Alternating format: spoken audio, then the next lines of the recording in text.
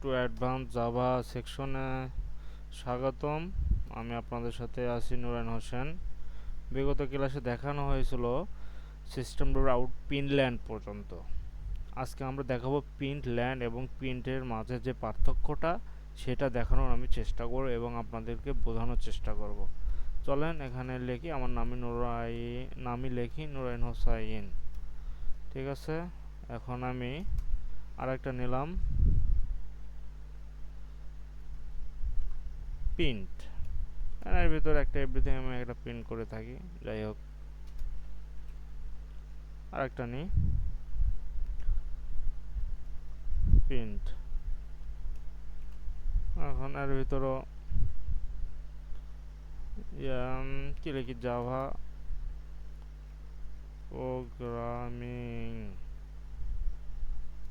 না, দেখি প্রিন্ট করি কি আসে। আগের আগেরগুলো ডিলিট করে দিই, অনেক প্রোগ্রাম করছি তো। যাই হোক, এই দেখেন প্রিন্ট এবং প্রিন্ট ল্যান্ডের মধ্যে যে পার্থক্যটা সেটা। আচ্ছা, আমরা হলো প্রথমে লিখছিলাম প্রিন্ট ল্যান্ড এবং পরবর্তী আমরা যেহেতু প্রিন্ট দিছি, দেখেন এক লাইনে প্রিন্ট করছে। এখন হলো এটা হলো প্রিন্ট ল্যান্ড মানে কি বোঝাচ্ছে, পর্যায়ক্রমে আপনার হলো নিচে প্রিন্ট করবে, পর্যায়ক্রমে নিচে প্রিন্ট করবে।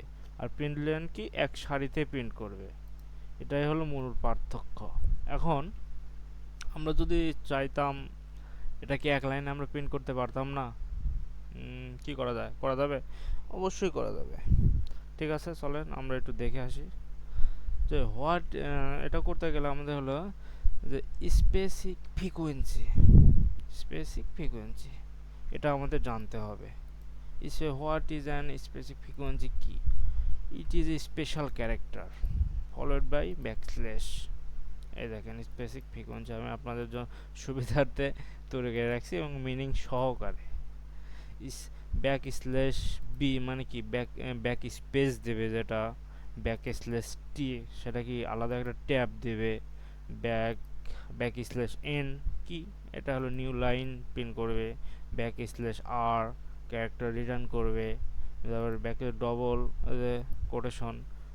কোটেশন ইউজ করে, মানে এভরিথিং বুঝতে তো পারতেছেন। চলেন এখন আমি এক লাইনে আপনাদেরকে একটু আগে দেখালাম, যদি এক লাইনে যদি এগুলো ইউজ করতে, তাহলে আমাদের কি ইউজ করতে হবে? অবশ্যই back slash new line use করতে হবে।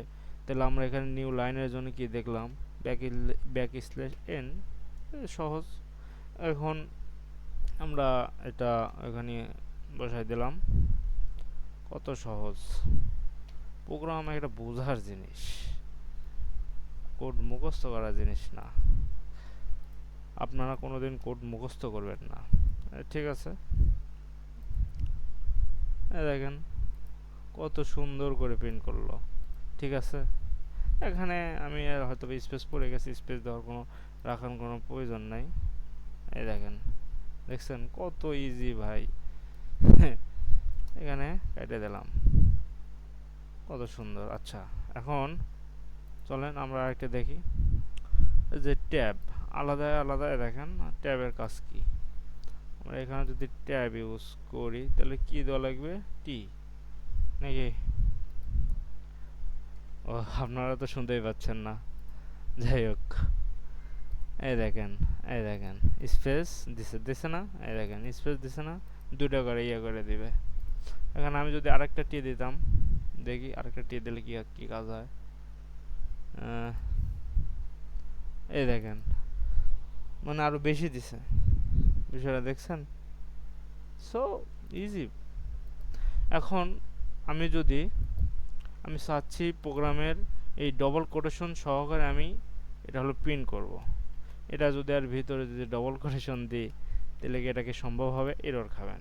তাহলে আমার কি করা লাগবে, আমি আপনাকে একটু আগেই স্পেসিফিক ফ্রিকোয়েন্সিতে আমি কি শেখালাম, আমি শেখালাম যে হলো back slash double quotation. Easy, দেখেন তো এরর খাই নাকি? ও সরি, কারেকশন, ও মাই গড, কত ইজি। এই দেখেন, দেখছেন? এই যে দেখছেন, ইজি।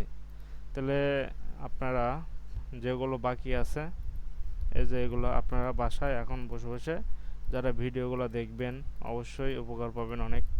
আমি পর্যায়ক্রমে ভিডিও দেওয়ার চেষ্টা করব যাতে আপনাদের অনেক সুবিধা হয়, জাভা প্রোগ্রামটা আপনারা অনেক সহজেই আয়ত্ত করতে পারেন। সেই জন্য আমি আপনাদেরকে পর্যায়ক্রমে ভিডিও দেওয়ার চেষ্টা করব, যে এগুলো আপনারা বাসায় কারেকশন করবেন। তারপরে আপনারা আমাকে আপডেট জানাবেন ইনশাল্লাহ। আপনাদের খেয়াল রাখবেন, সুস্থ থাকবেন।